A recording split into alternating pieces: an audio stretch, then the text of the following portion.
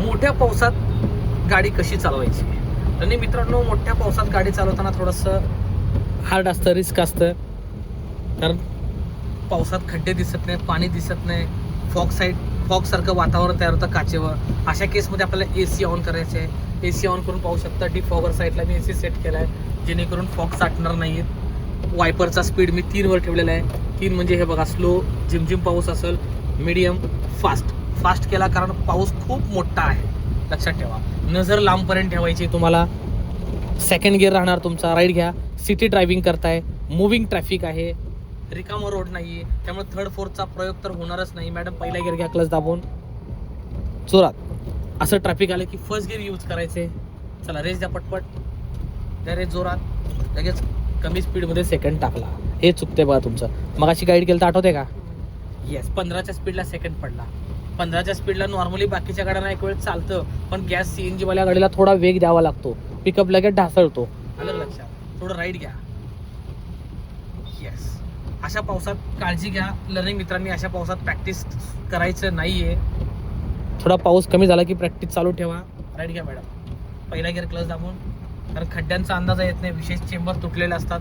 दोघांमध्ये tyre दिसेपर्यंत distance राहणार. चलते राहू. त्याची ब्रेक लाईट डार्क झाली की तुमचाही पाय ब्रेकवर पाहिजे. लेफ्ट टायर मॅडम कदाचित चेंबरमध्ये आदळणार आहे. इथं खड्डा आहे मोठा. थोडं राईट वळवा स्टेरिंग. हां, उचला अर्धा क्लच व्हायब्रेशनला. लगेच पुढची तयारी करायची. त्याची ब्रेक लाईट डार्क आहे म्हणजे त्या ड्रायव्हरनी ब्रेक दाबलेला आहे. त्याची फेंट झाली की लगेच तुमचाही पाय लगेच. लक्षात ठेवा, पावसात कशा प्रकारे गाडी चालवायची बारीक सारीक गोष्टी सांगतोय. असं जर मुव्हिंग फर्स्टच राहणार, कारण पुढे जाऊन परत तुम्हाला आता फर्स्टच घ्यायचे. जर जवळ ट्रॅफिक असेल मुव्हिंग तर थोडा वेळ फर्स्ट चालवायचं. परत सारखं गिअर काढ घाल केल्याने परत ॲव्हरेज बी लॉस होणार आहे. आता परत पूर्ण क्लच दाबून ब्रेक घ्या. आता खरी मजा आहे. इथं चढ आहे मॅडम, ब्रेक सोडला तर मागे जाईन. पहिला गिअर घ्या, ब्रेक दाबून हाफ क्लच तयार करायचा आहे, बॉडीला व्हायब्रेट जाणवेपर्यंत. कम ऑन, बस. मग रेस 10-20%. येस, 10/10. त्या रेस हळूहळू. परत क्लच ब्रेक, पुन्हा हाफ व्हायब्रेशन. हे मॅन्युअल गाडीला तुम्हाला असंच चढावर गाडी उचलायची. लयच मोठा चढ असेल, गाडीत लय माणसं आहे, कोकणात शार्प टर्न असेल, चढ तिथं तुम्ही जरा हँडब्रेकवाली मेथड यूज करू शकता. ती तुम्हाला मी शिकवल DSKत जाताना, कारण तो पण एक ऑप्शन आपल्याला आला पाहिजे. लक्षात ठेवा, जर जास्त वेळ आपल्याला थांबायचं असेल तर क्लच आणि ब्रेक दाबून थांबू नका. क्लच खराब होतो. तिथे तुम्ही न्यूट्रल करून तुमची कार क्लच सोडा मॅडम, ब्रेक दाबून आराम करू शकता. ब्रेकही सोडायचा असेल तर हँडब्रेक ओढावा लागेल, पण हँडब्रेक नको, सध्या सवय लागू द्या.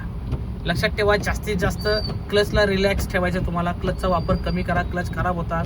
अर्ध्या क्लचमध्ये गाडी थांबू नका, पूर्ण क्लच दाबून जास्त वेळ थांबू नका. क्लच सोबत कंटिन्यू रेस करत 1-2 किलोमीटर ड्रायव्हिंग करू नका. तिथेही तुमच्या मॅडम पकडा तुम्ही स्वतः, क्लच खराब होतात. त्या रेस द्या हळूहळू, जोरात. जास्त पाण्याचा तळ साचला असेल तर अशा भागातनं जाणं टाळा. जोरात द्या मॅडम. साईडनं जा किंवा थोडा वेळ थांबा, पाण्याचा प्रवाह कमी होईपर्यंत. बऱ्याच गाड्या वाहून गेलेल्या आहेत, असे व्हिडिओ आपण पाहिलेले आहेत. छोट्या गोष्टींची काळजी घेऊन आपल्याला ड्रायव्हिंग करायचे लर्निंग मित्रांनो. मोठ्या पावसात या ना मॅडम इकडं चलो. आणि अशाच व्हिडिओसाठी नक्कीच आपल्याला फॉलो करायचे.